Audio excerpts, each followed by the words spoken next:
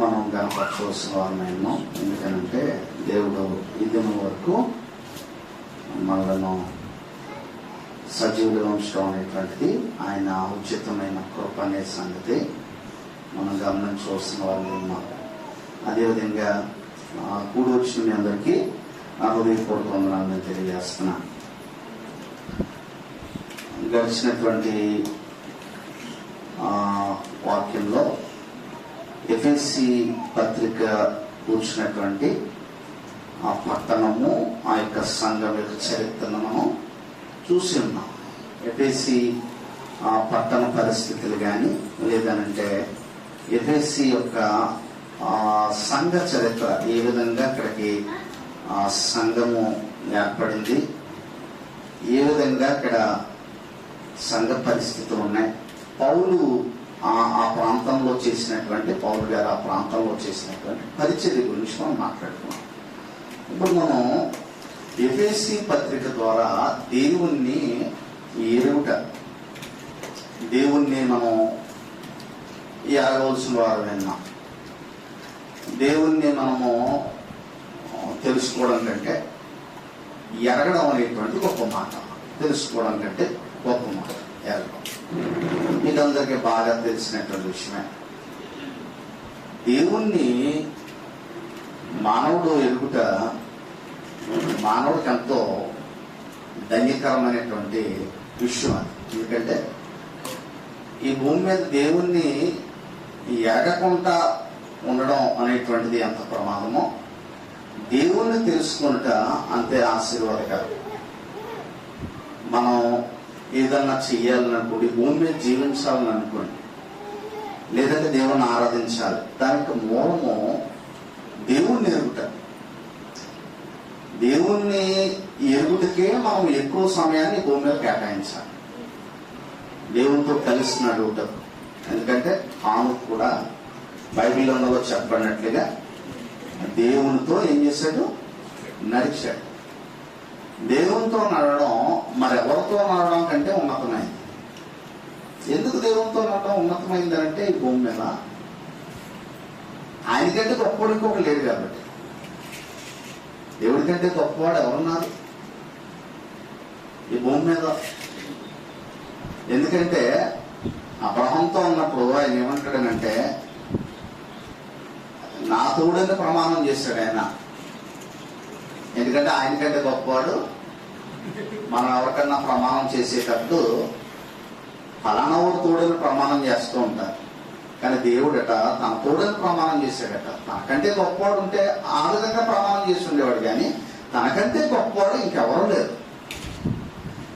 ఎఫెసీ పత్రికలో మనం మొట్టమొదటిగా ఆలోచించేటువంటి విషయం ఏంటంటే, నేను గడిచినటువంటి సమయాల్లో ఎఫెసీ పత్రికను సంఘం అంతా ధ్యానించాలనేటువంటి ఆలోచన ఖచ్చితంగా అవసరమే. ఎందుకంటే ఎఫెసీ పత్రికలోనే మహిమ కలిగినటువంటి క్రీస్తు సంఘం యొక్క ఔన్నత్యము గురించి ఎఫెసీ పత్రిక, అంటే క్రీస్తు సంఘము మహిమ కలగమైనటువంటిదిగా ఉండాలంటే అది ఏ విధంగా ఉండాలనేటువంటిది ఎఫెసీ పత్రిక అంతా కూడా చెప్తుంది. ఒకవేళ ఎఫెసీ పత్రిక అంతా మనం అందులో ఉన్న ఆజ్ఞలు, అందులో ఉన్న విధులు పాటించగలిగితే మహిమ గల క్రీస్తు సంఘమే. ఇక్కడ మనం కొన్ని విషయాలు మనం ఈరోజు నేర్చుకుందాం. దేవుణ్ణి ఎరుగుటలో ఉన్నటువంటి ప్రాముఖ్యతను కనుక మనం ఒకసారి మనం ఆలోచించినట్లయితే, మొట్టమొదటి సంగతి ఏంటంటే క్రీస్తు నందు చూడండి. మనకి ఎఫెసీ పత్రికలో మొట్టమొదటిగా శుభాలు చెప్తూ అక్కడ అంటున్నాడు. ఎఫెసీకి రాసిన పత్రిక 1వ అధ్యాయం 1వ వచనం, దేవుని చిత్తం వలన క్రీస్తు యేసు అపోస్తలుడైన పౌలు ఎఫెసీలో ఉన్న పరిశుద్ధులను క్రీస్తు యేసు నందు విశ్వాసులైన వారికి శుభమని చెప్పి రాయినది. బహుశా ఈ మాటలు రాసేటప్పుడు పౌలు గారి కండిషన్ ఏంటి? నేను మనం చెప్పుకోను, వీటిని ఏ పత్రికలు అంటారు? శర పత్రికలు అంటారు. శర రుబ్బిస్తూ రాశాడు. సాధారణంగా సంఘం పట్ల, సంఘ సహవాసం పట్ల మనకెంత చింత ఉంటుంది? పౌలు గారు మాట్లాడారు, పౌలు గారు కష్టాలు ఏమీ లేనివాడు కాదు. ఆయన చాలా కష్టాలు ఉన్నాయి జీవితంలో, చాలా కష్టాలు ఉన్నాయి. ఇప్పుడు మనకంటే చాలా ఎక్కువ కష్టాలు ఉన్నాయి. ఆపదలో, కష్టాలు, నిందలు, బాధలు, నదుల వల్లైన ఆపద, దొంగల వల్ల అయినటువంటి ఆపద, ఓడలో ఆపద, కపట సహోదరుల వల్ల ఆపద, ఈ ఆపద అన్నిటినీ తన జీవితంలో ఉంచుకుంటూ ఇప్పుడు సువార్త నిమిత్తం ఖైదీ అయినటువంటి వ్యక్తిగా పేర్కొన్నాడు బైబిల్ గ్రంథంలో.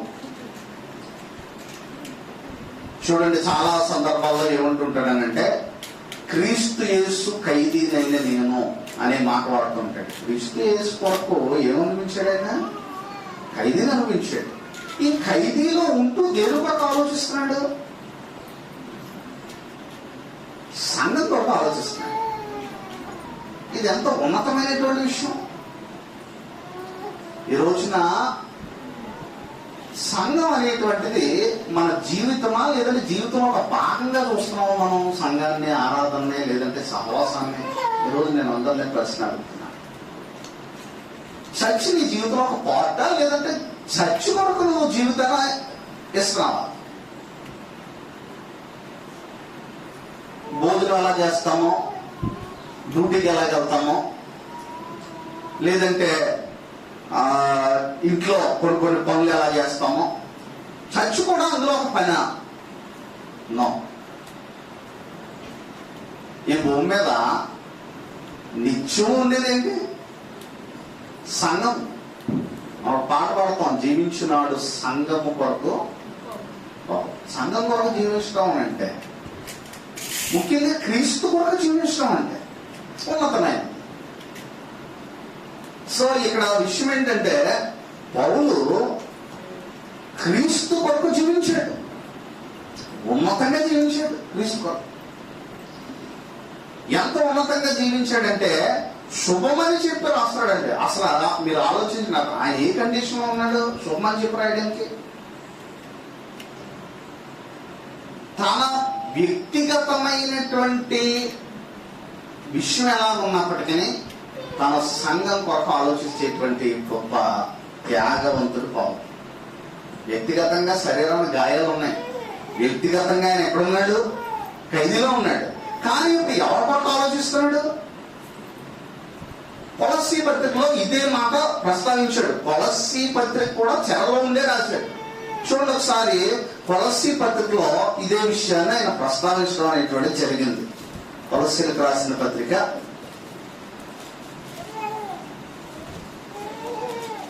చూడండి, అక్కడ చెప్తున్నటువంటి మాట 1వ అధ్యాయము 24వ వచనము. ఇప్పుడు మీ కొరకు నేను అనుభవించున్న శ్రమయందు ఏం చేస్తున్నాను? సంతోషిస్తున్నాడు. శ్రమలో సంతోషించడం ఏంటి? ఇప్పుడు మీ కొరకు నేను అనిపిస్తున్న సమయంలో నేను సంతోషంగా ఉన్నాను కనుక శ్రమలందు సంతోషించుచు సంఘమున ఆయన శరీరము కొరకు క్రీస్తు పడిన పాటలలో కొదువైన వాటి యందు నా వంతు నా శరీరం ముందు ఏం చేస్తున్నాను? మీరు గమనించండి, సంఘం అనేటువంటి ఆయన శరీరం కొరకు క్రీస్తు పడినటువంటి పాటలలో కొదువైన పాటలు ఎక్కడ సంపూర్ణం చేస్తున్నాడు?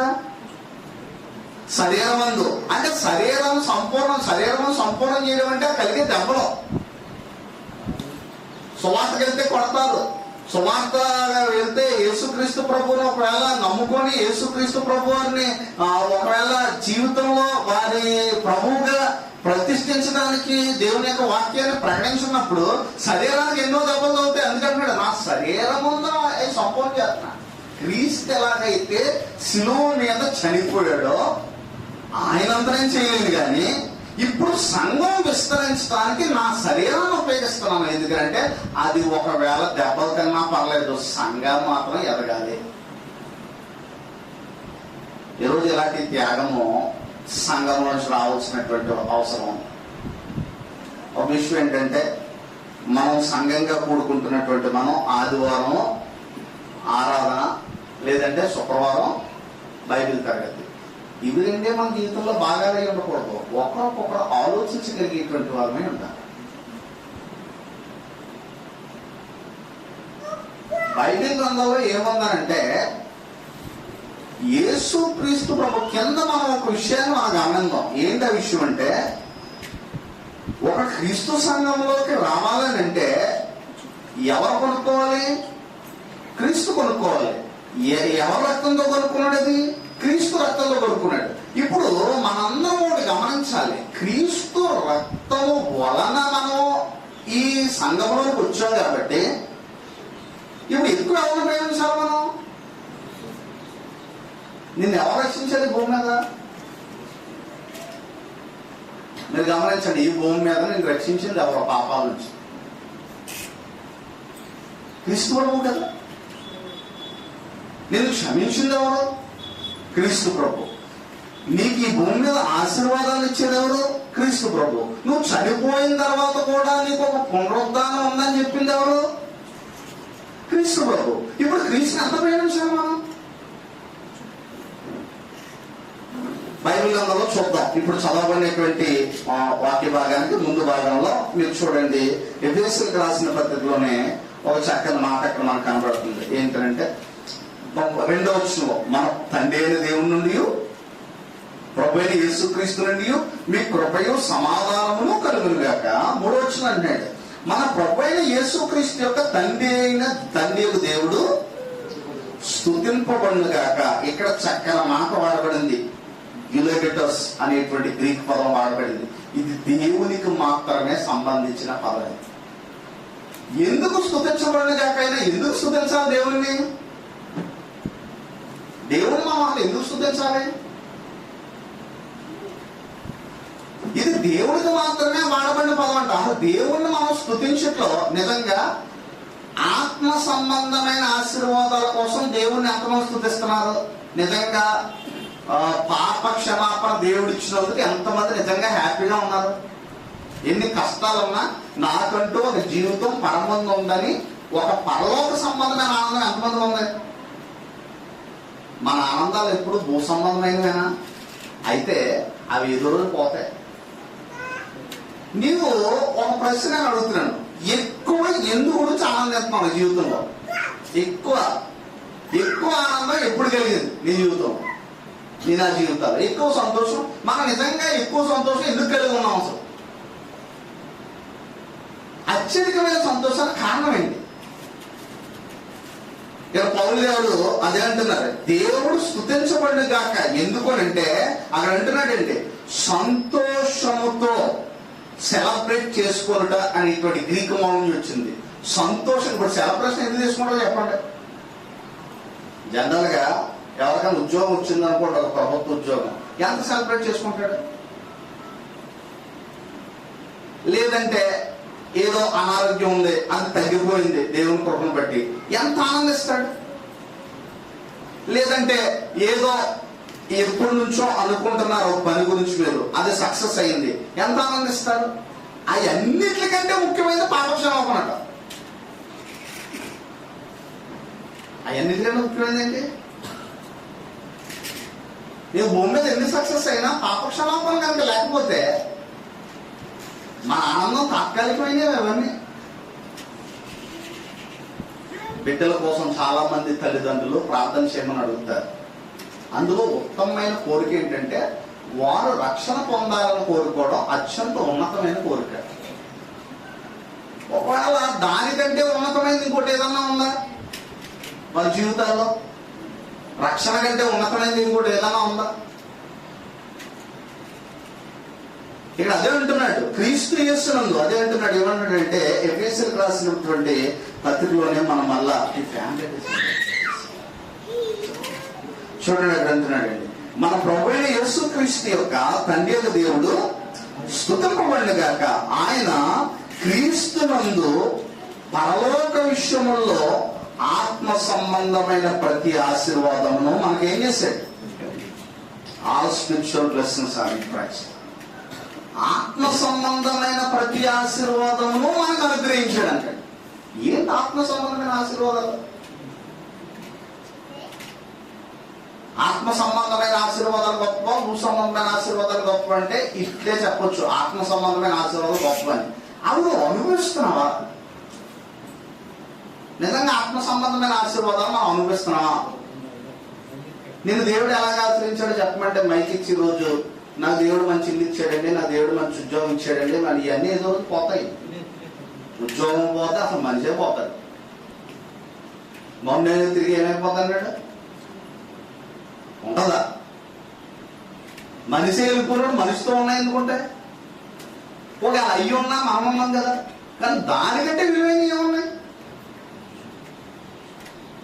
విలువైన లిస్ట్ అంతా పౌలు గారు చెప్తున్నారు. ఆ రోజుల్లోనే పౌలు ఎంత లోతుగా పరిశుద్ధాత్మ ప్రేరేపణతో ఈ పత్రిక రాశారు చూడండి. ఒకటి మీరు గమనించండి, పౌలు గారు కానీ లేదంటే పేతురు కానీ బైబిల్ గ్రంథంలో ఉన్నటువంటి భక్తులు కానీ మీరు ఆలోచించండి. వారు యేసు ప్రభు వెనకాల 3 సంవత్సరాలు కానీ 3 సంవత్సరాలు ఉన్నారు. ఫస్ట్ లో పేతురు అయితే 3 సంవత్సరాలు యేసు ప్రభుతో ఉన్నాడు. యేసు ప్రభు వారు ఎక్కడికి వెళ్ళిపోయారు? ఆరోహణం అయ్యి తండ్రి కుడి పార్శ్వాన ఆసీనుడై ఉన్నాడు. ఆయన సంఘాన్ని పరిపాలిస్తున్నాడు. ఇప్పుడు పేతురు ఎందుకని మొదలలేదు? ఎందుకు ఆయన పరిచర్య కానీ? మీకు బర్నబా అనేటువంటి ఒక వ్యక్తి తగులుతాడు బైబిల్ గ్రంథంలో. బర్నబా సంఘం కొరకు పేదోడైపోయాడు. చరిత్ర చెప్తుంది. ధనవంతుడే పేదోడైపోయాడు. తన ఆస్తి అమ్మేసి అపోస్తలుల పాదాల దగ్గర పెట్టేసి తను పేదోడైపోయాడు. ఎందుకని సమర్పణ చేశాడు? పేదోడైపోవడానికి ఇష్టపడ్డాడంటే ఎవరన్నా ధనవంతులు అవడానికి ఇష్టపడతాడు, కానీ ధనవంతులు అవ్వాలన్న ఆశ చాలా మంది చిరకాలం వాంచింది. ఇప్పుడు టీవీలో యాడ్లలోని ప్రతిదీ ఏంటంటే మీరు ధనవంతులు అవ్వాలి అనేటువంటిదే చిరకాల వాంచు కదా. కానీ పేదోడైపోవాలన్నా వాంచిండి అవన్నీ. బర్నబా గురించి బైబిల్లో మనం చదివినట్లయితే చాలా ముఖ్యమైనటువంటి సంగతులు ఉంటాయి. బర్నబా ఏం చేశాడు అనేటువంటి సంగతి మనకి మనం చూసినట్లయితే అపోస్తల కార్యాల్లో చక్కని విషయాలు మనకి అక్కడ కనబడుతూ ఉంటాయి. ఏంటంటే చూడండి, అపోస్తల కార్యంలో మనం చూద్దాం.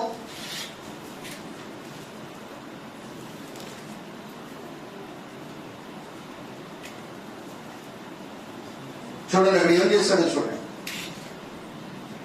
4:36 అపోస్తల కార్యాలు 4:36. కుప్పలో పుట్టిన లేవీయుడు యోసేపు అని ఒకడుండేను. ఇతనికి అపోస్తలుడు హెచ్చరిక పుత్రుడు అని అర్థం ఇచ్చి బర్నబా అని పేరు పెట్టి ఉండేవి. ఇతడు భూమి గలవాడై ఉంది. ఏముంది అతనికి? భూమి ఉంది. ఉండి ఏం చేశాడు? నిజానికి మనది త్యాగం అనుకుంటాం, కానీ మనకంతా త్యాగం చేసినోడు బైబిల్లో ఉన్నారు. దేవునికి కూడా భూమి అవుతాడండి ఈ రోజుల్లో. కానీ బర్నబా భూమి అమ్మేశాడు. అంత గొప్పదా సువార్త, అంత గొప్పదా నిశ్చయం, అంత గొప్పదా రక్షణ అంటే కష్టం అంటున్నాడు. ఇక్కడ విషయం మనం ఆలోచించినట్లయితే ఇక్కడ బైబిల్ గ్రంథంలో చూడండి. అక్కడ ఒక సంగతి మనం చూడొచ్చు. ఏంటంటే ఇంకా చదువుతాం. కుప్రాలో పుట్టిన లేవీయుడు యోసేపు అన్నప్పుడు ఉండేను. ఇతనికి అపోస్తలుడు హెచ్చరిక పుత్రుడు అని అర్థం ఇచ్చి బర్నబా అని పేరు పెట్టిండు. ఇతడు భూమి గలవాడై ఉండి దాన్ని ఏం చేశాడు? అమ్మి దాన్ని వెల తెచ్చి ఎక్కడ పెట్టేశాడు? తెలుగుతో కూడా ఇతను పోగేసుకునేవాడు తెలివైనడు అనుకుంటారు. ఒక ధనాన్ని ఎలా సంపాదించాలో, దాన్ని ఎలా సమకూర్చాలో, దాన్ని ఎలా జాగ్రత్త పెట్టాలో, దాన్ని భూముల్లో పెట్టడం మంచిది, రియల్ ఎస్టేట్ లో పెట్టడం మంచిది అన్నవాడు తెలివైనడు. ఇప్పుడు ప్రస్తుతం అంతే కదా, సమాజంలో అదే కదా ఉంది. కానీ అంతకంట జ్ఞానవంతుడు ఎవరంటే బర్నబా. ఇప్పుడు భూముల మీద పేదోడు అయిపోతాడు. ఆవిడ దేవుని రాజ్యం కొరకు పేదోడు అవడానికి ఇష్టపడ్డాడు బర్నబా.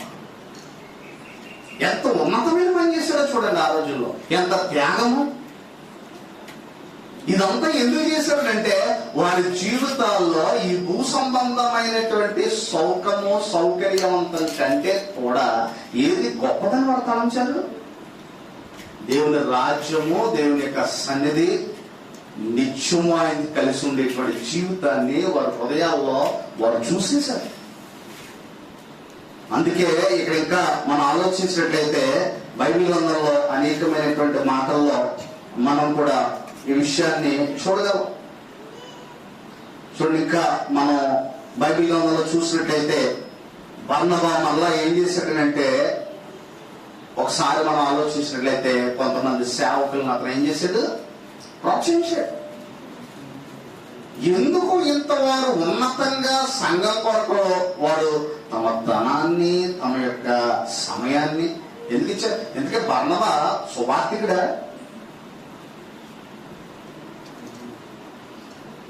ఒక విశ్వాసి చాలాసార్లు దేవుని సువార్త ఎవరి పని అనుకుంటాం? సువార్తని అందరూ బోధించక్కర్లే, కానీ దేవుని సువార్త ఎవరి పని అంటే ఇదేదో ఒక దైవజనుడు. కానీ మిగతా వారు కూడా ఆ పనిలో పాలుభాగస్తులు అయ్యేటువంటి గొప్ప భాగ్యం దేవుడు ఇచ్చాడు. ఇదంతా కూడా ప్రేమ చేత కలగజేశాడు మనకి. ఇప్పుడు బర్నబా ఏమనుకుంటాడంటే, ఇంత భూమి అమ్మేసిన తర్వాత నేను భూమి అమ్మేసి దేవుడికి ఇచ్చానని అనుకోడు. ఆయన రక్తం ముందు ఈ భూమి ఎంత అనుకుంటాడు. ఆయన నా కోసం ఇచ్చిన రక్తంలో ఈ భూమి ఎంత? ఆయన రక్తానికి ప్రతిగా మనం ఏమవగలం? ఆయనకి ఎన్నటన్నటికీ జీవితకాలం అంతా ఏం చేసినా రుణం తీరుతుందా? ఆయనకి మనకున్న బంధం తీరుతుందా? ఒకవేళ ఇదిగో తండ్రి, నీ కుమారు రక్తం ఇచ్చావు కాబట్టి ఇంతవరకు నీ కొరకి పరిచయం చేశాను, ఇక మీదట నీ రక్తానికి ఇదిగో పరిచర్య ఎవరని చెప్పగలరా? పౌలు అంటున్నాడు, ఏమంటాడనంటే ఆయన జీవితంలో ఉన్నటువంటి ఒక మాట ఏంటంటే, నేను నా బ్రతికి క్రీస్తు కోసం బ్రతకాలనుకున్నాను, క్రీస్తు కూడా సిలువ వేయబడి ఉన్నాను, ఇక జీవించేవాడును నేను కాదు. ఇక్కడ ఒక విషయం ఏంటంటే, మనం ఎప్పుడూ జీవించకూడదు ఈ లోకంలో, క్రీస్తు జీవించాలి. మనం రోజు ఇంకా క్రీస్తు రక్తం అనేక మందికి ఎందుకు అర్థం అవ్వలేదంటే, మనమే జీవిస్తున్నాం. మన శరీరంలో నిజంగా క్రీస్తు జీవిస్తున్నాడు. నిజంగా ఆలోచించండి, అసలు మనం జీవిస్తున్నామా, మనలో ఉన్న క్రీస్తు జీవిస్తున్నాడా మన శరీరంలో? క్రీస్తు నిజంగా మనం జీవిస్తున్నాడు. క్రీస్తు జీవిస్తే అత్యంత క్రీస్తు కనుక మన హృదయాల్లో జీవిస్తే క్రీస్తు లాంటి మనసును, అందుకే పౌలంటూ ఉంటారు, క్రీస్తును కలిగిన మనసు మీరును కలిగి ఉండండి. ఎవరి మనసు ఉంది మనలో? తల్లిదండ్రులకేమో పిల్లల మనసు వస్తుంది, పిల్లలకేమో తల్లిదండ్రుల మనసు వస్తుంది. పోలికి ఎవరికి వస్తున్నాయి? క్రీస్తు పోలికి వస్తుంది ఆ ఇంట్లో.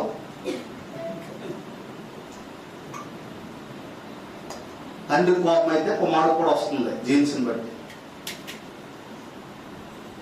లేదంటే ఇంట్లో కుటుంబ సభ్యులు ఒకళ్ళ పోలికలు ఒకరికి వచ్చేస్తున్నాయి, కానీ క్రీస్తు పోలికి వస్తుందా?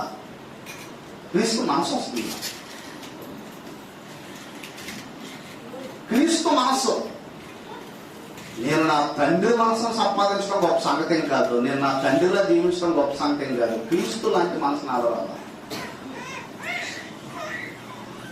క్రీస్తు మనస్సు ఎలాంటిది? ఎందుకు క్రీస్తు మనసు అంటే, ఆయన ఎంత గొప్పగా మనం ప్రేమించాడో దాన్ని బట్టి. ఎందుకంటే ఇదంతా మనం బలవంతంగా క్రీస్తు మనసు అలవాటు చేసుకోవట్లే, ప్రేమించాడు కాబట్టి ఆయన మనసు వల్ల ప్రయోజనం ఉంది, ఆయన మనసు గొప్పది. చూడండి, ఆయన ఎంత ప్రేమించాడు మనల్ని. చూడండి, ఆయన ఎంత ప్రేమించాడు అంటే ఈ ఎఫెసీ పత్రికలోనే మనం చూడొచ్చు ఎంత ప్రేమించాడు అనేటువంటి సంగతి. 1వ అధ్యాయము, మన ప్రభువైన యేసుక్రీస్తు యొక్క తండ్రి అయిన దేవుడు స్తుతింపబడునుగాక, ఆయన క్రీస్తునందు పరలోక విషయంలో ఆత్మ సంబంధమైన ప్రతి ఆశీర్వాదమును మనకు అనుగ్రహించును. ఇక్కడ నుంచి చూడండి 4వ వచనంలో, ఎట్లనగా తన ప్రియయందు తాను, చూడండి, తన ప్రియయందు తాను మనకి ఏమనుగ్రహించి ఉచితంగా అనుగ్రహించాడు. విలువైనది ఎవరన్నా ఉచితంగా ఇస్తారా? ఇస్తారంటే విలువైనది ఎవరన్నా ఉచితంగా చెప్పండి.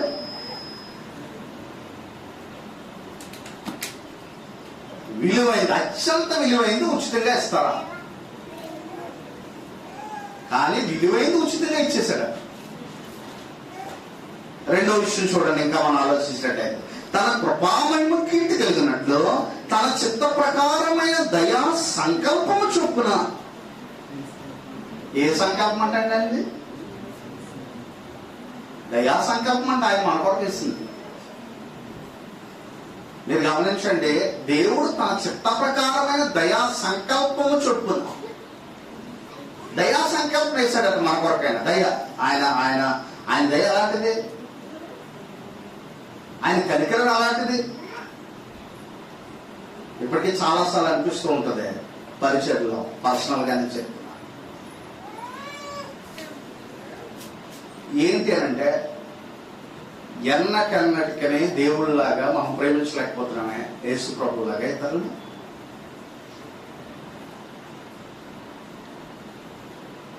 మనం ప్రేమిస్తాం ఇతరులని, కానీ యేసు ప్రభులా ప్రేమించగలమా? క్షమిస్తాం ఇతరులని, కానీ యేసులా క్షమించగలమా? నువ్వు ఎలాంటి దేవుడివి అని అంటే ఇక్కడ చెప్తున్నాడు. ఏమంటాడంటే, యేసుక్రీస్తు ద్వారా తన కుమారులుగా స్వీకరించటకే. మళ్ళీ ఎలా స్వీకరించడానికట?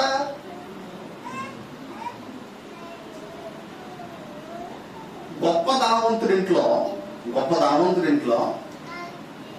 కారు డ్రైవర్కి 4 లక్షల జీతం. గొప్ప ధనవంతుడింట్లో కారు డ్రైవర్కి. ఇప్పుడు ఆ పోస్ట్ కోసం ఎంతమంది ట్రై చేస్తారు?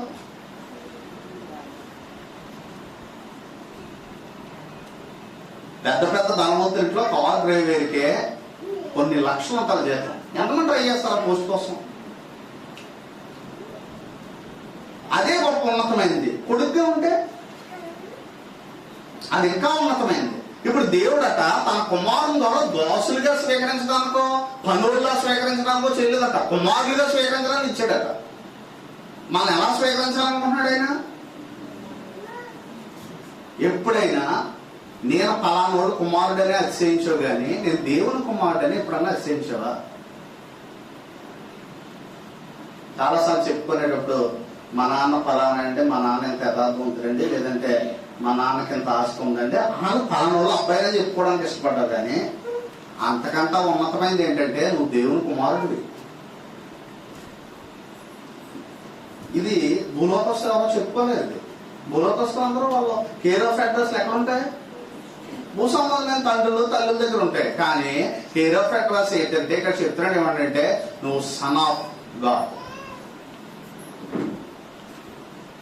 కుమారులుగా స్వీకరించడానికి తీశాడంటే ఇదంతా కూడా. తర్వాత చూడండి, మనం ఆలోచించినట్లయితే అక్కడ అంటున్నాడు, మనల్ని ముందుగా తన కోసం నిర్ణయించుకుని మనము తన ఎదుట పరిశుద్ధులము నిర్దోషులమై ఉండవాలని జగత్తు పునాది వేయబడక మునిపే ప్రేమ చేత. ఈ మాట చాలా ఉన్నతమైంది. ఎలా ఏర్పరచుకున్నాడట? భయపెట్టి కాదట. దేవుడు భయపెడితే ఎంతమంది క్రైస్తవులు అవుతారు చెప్పండి? నేను చెప్పండి, దేవుడి దానికి భయపెడితే 5 నిమిషాలు అయిపోతారు అందరూ మొత్తం. ఈరోజు చాలా మంది బయట ఇది అర్థం అవట్లేదు. ఏదో శ్వాస చెప్తున్నాడు అనుకుంటున్నారు, కానీ వాళ్ళు భయపెట్టి, వాళ్ళని విమర్శించి, వాళ్ళని ఎలాగోలాగా వాళ్ళు తప్పు అని నిరూపించి ఎలా మార్చేదే దేవుని సంకల్పం అయితే అసలు ప్రేమతో ఆయన సంకల్పం ఎందుకు చేస్తాడు? ఈరోజు అర్థం అవట్లేదు ప్రజలు. మీరు కూడా యూట్యూబ్లో ఆ ట్యూబ్లో చూసి ఆ బోధనని ఈ బోధనని మైండ్ పాడు చేసుకున్నారు చాలా మంది. ఒక్క బోధలో స్థిరంగా వెళ్ళకపోతున్నారు. అసలు దేవుని సంకల్పం ఏంటంటే భయంతో కానీ విమర్శించగానే కాదు, ప్రేమతో చేశాడు ఆయన సంకల్పం. ప్రేమతో శ్వాస చెప్పడమే. నువ్వు వాళ్ళు మారతారా మారనేటువంటిది నీ క్వశ్చన్ కాదు. ఎందుకంటే నీవు ఎలాగోలాగా జనాలని కొంతమందిని తీసుకురానేది నీకు దేవుడు ఇచ్చిన లెక్క కాదు. నువ్వు ప్రేమ చేత దేవుడు భయపెట్టి మార్చాలని అనుకుంటే 5 నిమిషాల పని కాదు ఆయనకి. ప్రేమ చేత. ఇప్పుడు చూడండి, నిజంగా దేవుని సువార్త చేసేటువంటి వ్యక్తి గాని, క్రైస్తవుడు అయ్యే వ్యక్తి గాని బలవంతంగా ఎందుకు రావడం? పౌలు బలవంతంగా వచ్చాడా? యేసుప్రభు దగ్గరికి. లేదంటే పౌలుతో రోజు యేసుప్రభు డిస్కషన్ చేస్తూ నా సేవ చేస్తావా చేయవా, పలానా చోట కష్టాలు ఉంటాయి చేస్తావా చేయవా, పౌలుకి బుధం పట్టి ఏది తట్టలేదు ఆయన. క్రీస్తు ప్రేమ మమ్మల్ని బలవంతం చేస్తుంది. ఇప్పుడు అన్యులు మార్చడం ఎవరు బలవంతం చేయాలో తెలుసండి. క్రీస్తు ప్రేమ బలవంతం చేయాలని, మనం బలవంతం చేయడం కాదు. మనం సువార్త ప్రకటించాలి. ఆ ప్రేమతో సువార్త ఎలా ప్రకటించాలి? ఎందుకంటే ఆయన చాలా గొప్పవాడు, సర్వోన్నతుడు.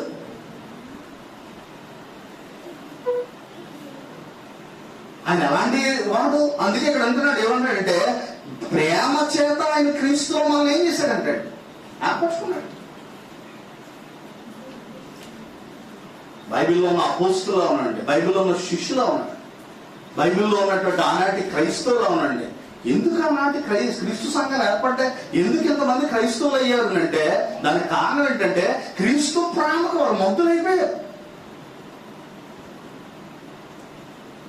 పౌలు గారు అందుకే చాలా సార్లు ఏమంటున్నాడు అంటే ఎందుకు వాళ్ళ ప్రాణాలు అర్పించడానికి కూడా తెగించారు క్రీస్తు వరకు. వాళ్ళు ఈ భూమి మీద ఎవరు బతిమాలేదండి. క్రీస్తు ప్రేమ మమ్మల్ని ఏం చేస్తుంది?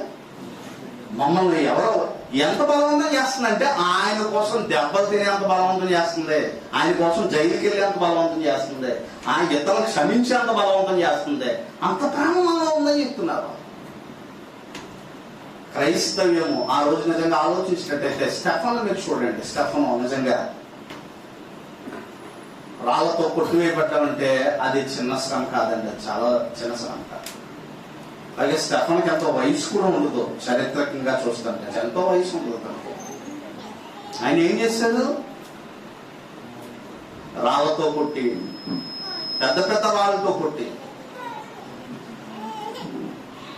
చూడండి, అతని వస్త్రాలు కూడా ఎక్కడ పెట్టారట అంటే వస్త్రాలు కూడా తీసేశారు. అంత అనుమానం తీసివేసి ఆయన కొడుతుంటే ఆయన మాట అంటున్నాడు, ప్రభా ఈ పాపం వారి మీద. అది క్రైస్తవం అంటే. క్రైస్తవం అంటే ఎమోషన్ కాదు, క్రీస్తు ప్రేమ. ఈ పాపం వారి మీద అయ్యొద్దు. ఎప్పుడు ఒక ఆయన గ్రంథకర్త ఒక విషయం రాశాడండి. ఆయన ఊహ కింద రాశాడు భవిష్యత్తులో ఉండేటువంటి దాన్ని. అదేంటంటే ఇప్పుడు అక్కడ ఎవరున్నారు? అక్కడ ఎవరున్నారండి? సౌలు ఉన్నాడు. అక్కడ ఒక గ్రంథకర్త ఏం రాశాడంటే రేపు తన వల్ల హతసాక్షులైన వారి కరచాల ధ్వనుల మధ్య పౌలు పరలోకంలో కలిపారు. ఈ మాట మీకు అర్థమైందని అనుకుంటున్నాను. ఆయన ఊహ కింద రాశాడు. పౌలు పరలోకం వస్తుంటే స్టెఫన్ కాపు కొడతాడు. కొట్టడా? ఎంత లోస్తాడు రేపు పొద్దున స్టెఫన్ పక్కన పౌలు ఉన్నప్పుడు. ఇది క్రైస్తవ్యం. స్టెఫన్ పౌలు రేపు ఎక్కడుంటారు? మీకేమనిపిస్తుంది? స్టెఫన్ పౌలు ఎక్కడుంటారు? పౌలు వాళ్ళ చనిపోయిన వాడు స్టెఫన్.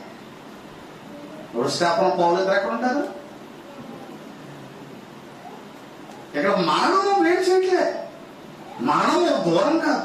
అందుకే ఏమంటే ఆయన రాశాడు, తన వల్ల హతసాక్షులైన వారి కరచాల ధ్వనుల మధ్య పౌలు పరలోకాన్ని ప్రవేశిస్తాడు. అది సువార్త అంటే అని రాశాడు. సువార్త అంటే ఇదే.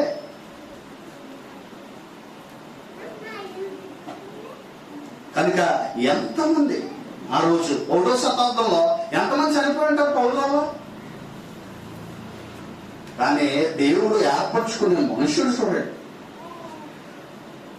అంతమంది అపోస్తులు ఉన్నాడు. ఇక్కడ మళ్ళా దేవుడు ఒక ప్రత్యేకమైన ఛానల్ ఏర్పాటు చేసుకుని పౌలుని తీసుకొచ్చి మళ్ళా ఎలాంటి సేవ చేశాడు చూడండి. ఒక విషయం ఆలోచించండి. పౌలు లాంటి కఠినుడు సేవ చేస్తాడని భూమి మీద ఎవడైనా ఊహించగలడా? చూడండి, ఆయన గురించి ఆయన ఏం రాశాడు తిమోతి పత్రికలో చూద్దాం ఒకసారి. మనం తిమోతికి రాసినటువంటి పత్రిక చూడండి ఏమంటున్నాడు. 1వ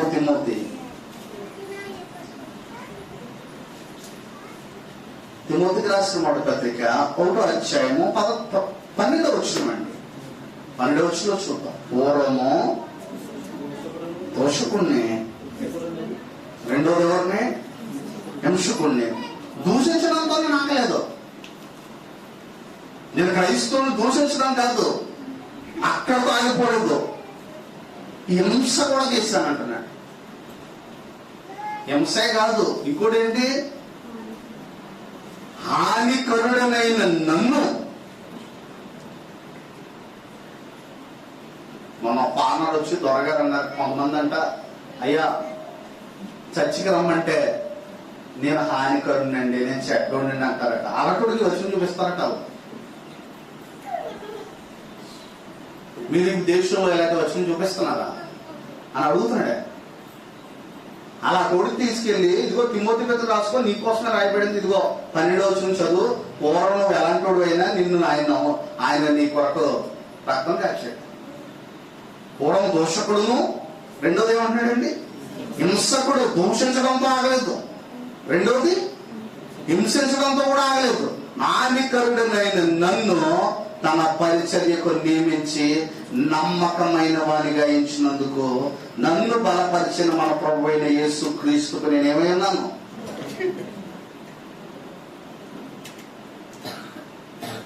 పౌలు గారిని కొడుతుంటే పౌలుకి ఇప్పుడు కోపం రాలేదండి. ఎందుకు రాలేదంటే బాధేసేది యోధా ప్రజలు. ఎందుకంటే ఒకప్పుడు నేను ఇలాగే చేసేవాడిని,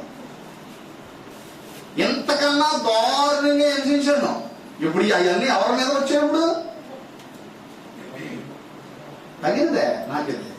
అందుకంటున్నాడు అక్కడ ఉన్నటువంటి రాజుతో, నన్ను సులభంగా క్రైస్తవం చేయి చూస్తున్నానంటే సులభంగానో దుర్లభంగా నాకు ఒకటి మాత్రం కోరుకుంటున్నాను, ఈ సంఖ్యలు తప్ప. పౌలు ఎందుకు నియమించుకున్నాడో ఆలోచించండి.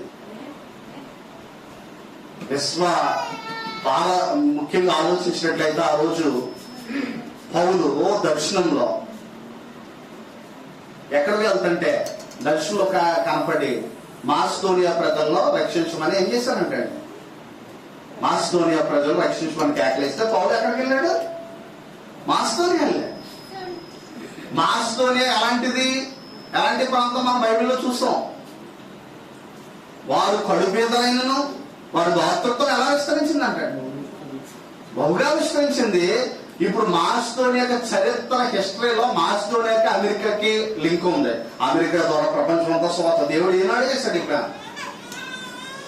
సువార్తను ఆపడం మనం ఏమనుకుంటామంటే, కొన్ని చర్యలు చేసేస్తే సువార్త బాగా వెళ్తుందని, కొన్ని రూల్స్ పెడితే సువార్త ఆగిపోద్దని. ఇదంతా చిన్న మానవుడు చీమ లాంటి మెదడుతో ఆలోచించే మానవుడు యొక్క ఆలోచన లేదు. అపోస్తలుడైన పౌలు చనిపోయాడు, సువార్త ఆగిపోయిందా? మనం ఏమంటామంటే పౌలు గారు ఉంటే బలమైన సువార్త ఇంకా చేద్దాం, కానీ నాకు చాలా అంటాడు, చాలా పెద్ద పుస్తకంలో వచ్చేసా. నెక్స్ట్ నా ప్లానింగ్ కూడా ఉంది. అలా ఎంతవరకు ఉందనంటే, ఈ రాజ్య సువార్త సకల జనులకు ఏమవుతుంది? ఎవరు ఆపుతారు? దానియేలు గ్రంథంలోనే రాసేసాడు కదా, ఆ రాజ్యంలోకి అన్నిటికీ ఏం కాదు. ఈ మధ్యలో నాశనం చేయడానికి వచ్చాడు, దానికి అన్నిటికీ నాశనం కలగదు. అది దాన్ని పొందిన వారికి కానీ మరి ఎవరికి చెందదు. ఆ రాజులు కావాలని దేవుడు ఒక రాజ్యాన్ని స్థాపిస్తాడు, దానికి అన్నిటికీ నాశనం కలగదు. ఇప్పుడు దేవుడు సడన్ గా వచ్చి, నేను అలాగే అనుకున్నాను కానీ పరిస్థితులు చూస్తుంటే అయిపోయేలా ఉంది, అది దేవుడు భూమి మీదకి వచ్చి మన దగ్గర ఆయన ఓదార్చాలా? నేను అలా అనుకున్నాను ఫస్ట్ లో, కానీ దేశంలోనూ రాష్ట్రంలో పరిస్థితులు చూసి నాకు కొంచెం టెన్షన్ గా ఉంది అని దేవుడు ఎప్పుడన్నా మనతో అంటాడా? ఆయన సర్వభౌమాధికారి. అందుకే మనం పాటాడుతాం, సర్వమును ఘోషించు. పాటలు పాడడం మానేశారు. నీతి గల యెహోవా పాటలన్నీ కూడా. కనుక ఇంకా అనేకమైన దేవుడే నాకు ఆశ్రయము అనేటువంటి కీర్తనం. ఎందుకంటే ఆయన గొప్ప ఆశ్రయం కలిగినటువంటి దేవుడు. ఆయన ఎంత కనికరించాడంటే ప్రజల్ని అంత కనిపించాడు. ఆయన తీసుకున్నటువంటి, ఎందుకంటే ఆయనలాగా ఎవరో ప్రేమించడం, అలాంటి ప్రేమ మనం కలిగి ఉందన్నాడు. మనం ఎదుటి వాళ్ళని క్షమించడానికి, ఎదుటి వాళ్ళని క్షమించడం వెనకాల ముందు ఆలోచించాం మనం. దేవుడు ఆలోచించుంటే మనం క్షమించడానికి వెనకాల ముందు మా పరిస్థితి ఏమైపోనండి. నాకు ఒక దైవ సేవకులు నాకు తెలుసారు, ఆయన క్షమించవచ్చు కదా అంటే, నేను ఎంతగా క్షమించకపోవడానికి, నా దేవుడే క్షమించాడు. నేను ఇంకొకరిని క్షమించడంలో పెద్ద గొప్ప సంగతి ఏమీ లేదు. ఎందుకంటే నా దేవుడు నన్ను క్షమించాడు. ఎందుకంటే ఆయన క్షమాపణ హృదయం ఎంత గొప్పది. మనం క్షమిస్తాం. ఎలాంటి వాళ్ళని క్షమించామయ్యాను అంటే, పౌరులు లాంటి వాళ్ళని క్షమించాను నేను. నువ్వు క్షమిస్తావనంటే, అందుకే ఏమన్నాడంటే ఆయన ప్రేమ కట్టి పడేసిందామని సువార్తను.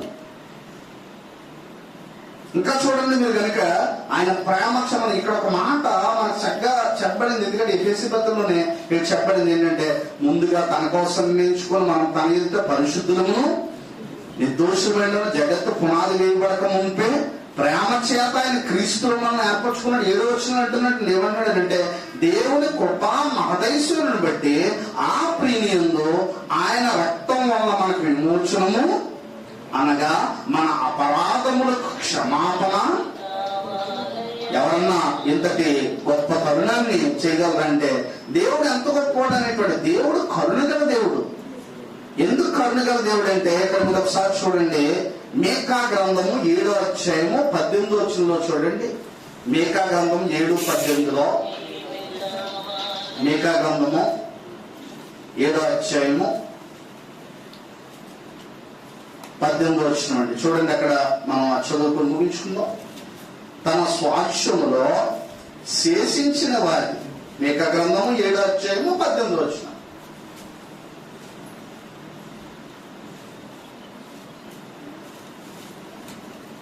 అందరూ తీశారండి, వచ్చిన అందరూ తీర్థం.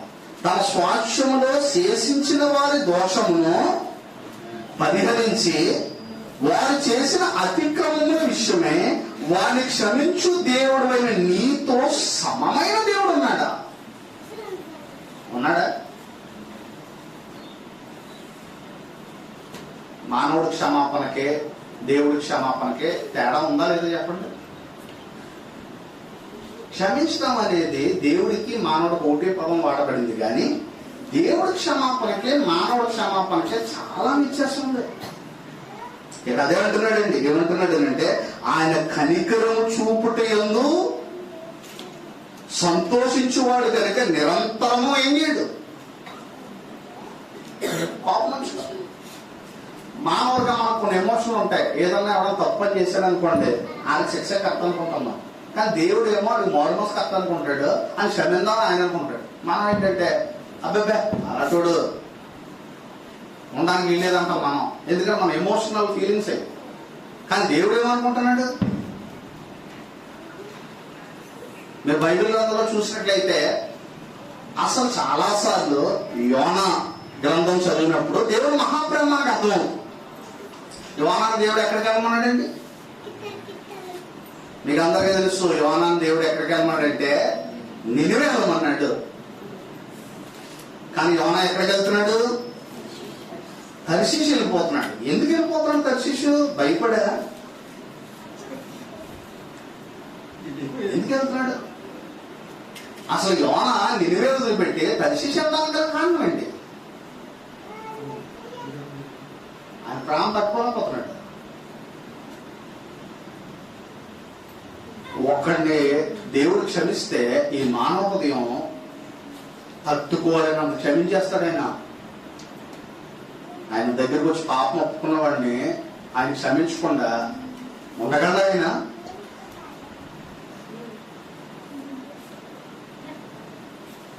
చూడండి, యోనా గ్రంథంలో ఏమంటున్నాడో చూడండి. ఏమంటున్నాడనంటే, అక్కడ ఒక మాట అంటున్నాడండి. ఏమంటున్నాడంటే 10వ వచనంలో, ఈ నినివే వారు, యోనా గ్రంథం 3:10లో, తమ చెడు నడతలను మానుకొనగా వారు చేయించున్న క్రియలను దేవుడు చూచి ఏం చేశాడు? పశ్చాత్తాపుడే వారికి చేయదని తాను మాట ఇచ్చిన కీడు చేయగా మారెను. ఇప్పుడు కీడు చేయడం మానేడు. 4వ అధ్యాయం ఏమంటాడు అంటే, యోనా దీన్ని చూచి బహు చింతాక్రాంతుడే. దేన్ని చూసి చింతకు కలుగుతుంది ఆయనకి? నినివే ప్రజలను క్షమించడం యోనా కోపం వచ్చేసింది. అలాంటి ప్రజల్ని క్షమించకూడదయ్యా, అలాంటి వాళ్ళు ఎందుకు క్షమించావు అని యోనా కోపం. మన పట్ల ఎవరైనా హాని చేశారు అనుకోండి, వాళ్ళు క్షమించబడాలని మనం ప్రార్థన చేస్తున్నామా? క్షమించబడాలని. ఏనాటికైనా ఆడి పాపం ఆడికే చుట్టుకునేలాగా అది నా కళ్ళతో చూడాలని 1000 కళ్ళతో ఎదురు చూస్తున్నాను. 1000 కళ్ళతో ఎదురు చూస్తారు. ఖచ్చితంగా దేవుడు నాకు చేసిన కీడికి రెట్టింపు ప్రతిఫలం వారికి ప్రార్థన కూడా చేస్తారని కొంతమంది. ఎవడు ఎంత గొప్పవాడు? నన్ను బాధ పెట్టిన దానికి వీళ్ళందరూ భస్మం అయిపోగా, కానీ దేవుడు అన్నాడని అనుకోండి, ఇప్పుడు పూర్తయిపోతాం. ఇక్కడ కూర్చున్నాం మనం అందరం, కుర్చీలు కూడా పూర్తయిపోతాం. దేవుడు దానికి అలా అనుకుంటే, అంత పెద్ద హృదయం అన్నా దేవుడే క్షమిస్తే మనం ఏ పాటి వారు అండి ఆయన ముందు? అందుకే ఇక్కడ అంటున్నాడు, ఏమంటాడు అంటే, యోనా దీన్ని చూసి బహు చింతాక్రాంతుడే, కోపగించుకొని, యెహోవా నేను నా దేశం ముందుండగా ఇట్లు జరుగునండి నేను అనుకుంటే, నీ ప్రేమ నాకు తెలుసయ్యా, నీ ప్రేమ నాకు తెలుసు, నువ్వు ఒకటి వెళ్తే మనం క్షమించేస్తాం. దేవుడు చూడండి, నినివే పట్టణం పాపం చేసినప్పుడు వారిని తుడిచిపెట్టేయచ్చు, కానీ ముందుగా చివరి ఛాన్స్ ఇస్తున్నాడు. ఏమన్నాడండి, యోనా నువ్వు వెళ్ళి వాళ్ళకి ఏం చేయమంటున్నాడు? ప్రకటించు. మారు మనసుకు టైం ఇస్తున్నాడా లేదండి? దేవుడు ఇచ్చాడు. ఇప్పుడు యోనా ఎవరు ఉన్నాడంటే, నువ్వు ఎంత ప్రేమ గల దేవుడు నాకు తెలుసు, అందుకే అనలేదు. ఎంత క్షమించేస్తావు నాకు తెలుసు. దేవుడు ప్రేమకు అవధం లేవంటే, కొంతమంది ఏమనుకుంటారు, ఇంతగా ప్రేమిస్తాడు ఇంకా పాపంలో కొనసాగుతాడు ఏంటంటే. అందుకే యేసు శిలువ రక్తం గార్చాడు, మామూలుగా ప్రేమించలేదు ఆయన. ఇప్పుడు ఇది ఎలాంటి ప్రేమ అంటే, ఒక తాగుబోతు ఉన్నాడని అనుకోండి, తాగేవాడు, అతని కిడ్నీ పోయింది లేదంటే ఏదో పోయింది అని అనుకున్నాం, లేదంటే ఏదో మొత్తం మీద కంప్లైంట్ వచ్చింది. ఒక మనుషుడు, ఒక మంచి వ్యక్తి, అతను చనిపోతూ అతను కిడ్నీ ఇచ్చేసాడు అనుకోండి, ఇప్పుడు అతనిలో మార్పు వస్తుందా రాదా?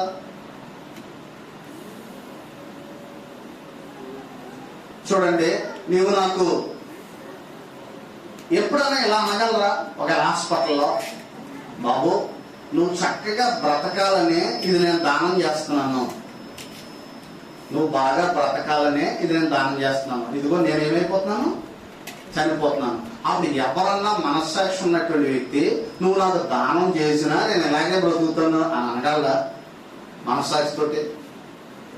అందుకే ప్రియపతులు అన్నాడు, నిర్జీవ క్రియలను విడిచి జీవం గల దేవుని సేవించుటకు క్రీస్తు రక్తము మన మనస్సాక్షిని ఎంతో ఎక్కువగా ఏం చేస్తుంది? శుద్ధి చేసేస్తుంది. నిర్జీవ క్రియలను విడిచిపెట్టాల. మీరు గమనించండి, మీరు మన పాపం మానేలా చేసేది ఎవరు తెలుసా? మన తండ్రి కాదు, మన తల్లి కాదు, లేదంటే చూసే వాళ్ళందరూ కాదు. క్రీస్తు రక్తం మన పాపం మానేలా చేస్తారు. అది అర్థమైన వాడు పాపం జోలికి వెళ్ళలేడండి. వెళ్ళగలడా? క్రీస్తు రక్తం అక్కడ కవర్సిల్లో చనిపోతుంటే, అందుకే ప్రభు రక్తం తీసుకోమన్నాడు. ఆయన యొక్క రక్తం నాకు అర్థమైనట్లయితే, అందుకే క్రీస్తు యొక్క రక్తము నిర్జీవ క్రియలను విడిచి ఎవరిని సేవించడానికి? జీవం గల దేవుని సేవించడానికి. మన మనస్సాక్షిని ఏం చేస్తుందంట? మనస్సాక్షిని శుద్ధి చేయగలిగే ఏకైకమైనటువంటి పనిముట్టు ఏముందంటే క్రీస్తు రక్తం ఒకటే, ఇంకేది శుద్ధి చేయదు. అందుకే క్రీస్తు సంఘాల్లో క్రీస్తు రక్తం ఉండాలి ముందు. నేను ఏమంటానంటే, క్రీస్తు సంఘాల్లో డాక్టరీన్ ఉంది, ఏది రైటు ఏది రాంగ్ అనేటువంటి దాంట్లో మంచి నాలెడ్జ్ ఉంది, కానీ క్రీస్తు రక్తం కూడా ఉండాలి. క్రీస్తు రక్తం ప్రవహించకపోతే నువ్వు దేవుణ్ణి సరిగ్గా ఆరాధించలేవు. క్రీస్తు రక్తం ప్రవహించకపోతే నువ్వు సరిగ్గా పాడలేవు. క్రీస్తు రక్తం ప్రవహించకపోతే ఎదుటోని క్షమించలేవు. క్రీస్తు రక్తం ప్రవహించకపోతే ఆయన కొరకు బ్రతకలేవు. అందుకే క్రీస్తు ఈ బండ మీద నా సంఘమును కడతాను. అది ఎలా అంటే నా రక్తంతో కడతాను. కనుక మొట్టమొదటి అందుకే విశ్వాసంలో కర్తయు దాన్ని కొనసాగించేవాడిని అనేటువంటి ఎవరైపు చూడాలట? యేసు వైపుకి మన టార్గెట్ అట. యేసు వైపు చూచు. నీకు ఏదన్నా ఈ లోకంలో కష్టాలు వచ్చాయా, వీళ్ళందరినీ చూడకు, జనాలందరినీ చూసుకుంటే పడిపోతావు. యేసు వైపే చూడు. నిన్ను ఒకవేళ ఎవరైనా నిందించారా, యేసు వైపే చూడు. ఎందుకు తెలుసా? ఒక్కొక్కసారి నిన్ను ఎవరైనా నమ్ముకున్న వాళ్ళు మోసం చేశారా, యేసు వైపే చూడు. ఎందుకో తెలుసా? ఆయన పక్కన ఉన్నవాడే 30 వెన్నెలు అమ్మేశాడు. ఆయన యేసు వైపే చూడు. ఆయన ఏం అవ్వలేదు. క్రీస్తు ఎంత గొప్పోడంటే ఆయన అమ్మి వేసేవాడి పాదాలు కూడా ఆయన ఏం చేశాడు? అంత ప్రేమమయ్యాడు ఆయన మనుషుల పట్ల. కనుక అలాంటి క్రీస్తు ప్రేమను ఎఫెసీ పత్రిక ద్వారా ఇంకా చాలా విషయాలు ఉన్నాయి. ఎఫెసీ పత్రిక ఆయన ఎలా క్షమించాడు, ఎలా విమోచన వచ్చింది. అలాగనే 2వ అధ్యాయంలో అస్సలు మనము కృప వల్లనే ఏం చేయబడ్డాం? రక్షించబడి ఉన్నాం. మీ వలన కలిగింది కాదు. అందుకే ఈరోజు ఆదివారం ఆరాధనకు వచ్చేటప్పుడు మనం మొట్టమొదటి అనుకోవాల్సింది ఏంటంటే నీ కృపను బట్టి. అందుకే యెహోవా అందుకే అన్నాడు, ప్రభు దయాళుడని మీరు. అంటే ఈరోజు ప్రభు దయాళుడు కాకపోతే, ప్రభు దయాళుడు కాబట్టి అక్కడ రాగలిగాం. ఆయన దయాళుడు కాకపోతే ఆయన ఉగ్రుడైతే,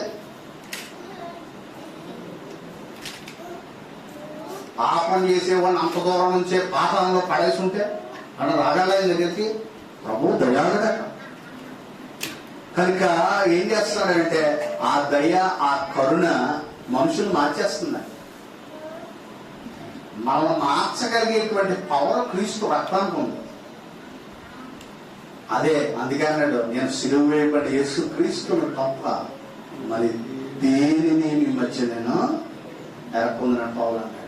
కనుక అటువంటి గొప్ప ఔన్నత్యమైనటువంటి, ఇప్పుడు చూడండి, తండ్రి అయిన దేవుడు ఏం చేయబడాలి? అందుకే పౌలు డైరెక్ట్ గా రాశాడు మోతవచనంలో, తండ్రి అయిన దేవుడు మన ప్రభువైన యేసు తండ్రి అయిన దేవుడు ఏం చేయబడాలన్నాడండి? స్తుతింపబడునుగా.